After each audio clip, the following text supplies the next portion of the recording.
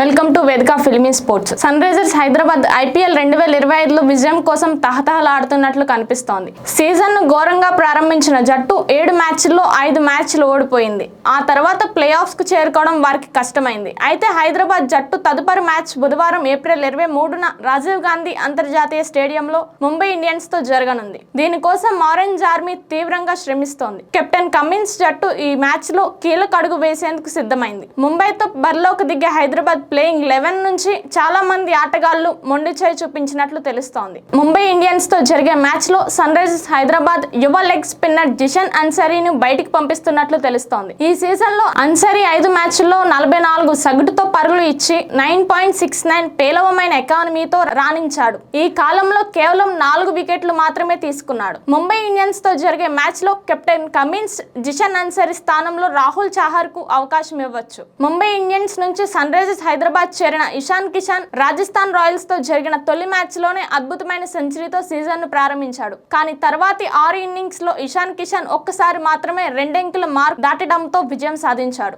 దీన్ని బట్టి అతని పేలవమైన ప్రదర్శన హైదరాబాద్ కు ఏ మేరకు సమస్యగా మారిందో అంచనా వేయవచ్చు. ముంబై ఇండియన్స్ తో జరిగిన మ్యాచ్ లో ఇషాన్ భారీ ఇన్నింగ్స్ ఆడలేకపోవడంతో అతని స్థానంలో వేరే బ్యాట్స్మెన్ వచ్చే అవకాశం ఉంది. Sunrisers Hyderabad captain Pat Cummins తన ఓపెనింగ్ జోడీ ముంబై ఇండియన్స్ తో జరిగిన మ్యాచ్ లో అద్భుతమైన ఆరంభాన్ని ఇవ్వాలని కోరుకుంటున్నాడు. నిజానికి ఈ సీజన్ లో Travis Head, Abhishek Sharma power ప్లేలో బాగా ఆడినప్పుడల్లా హైదరాబాద్ గెలిచింది.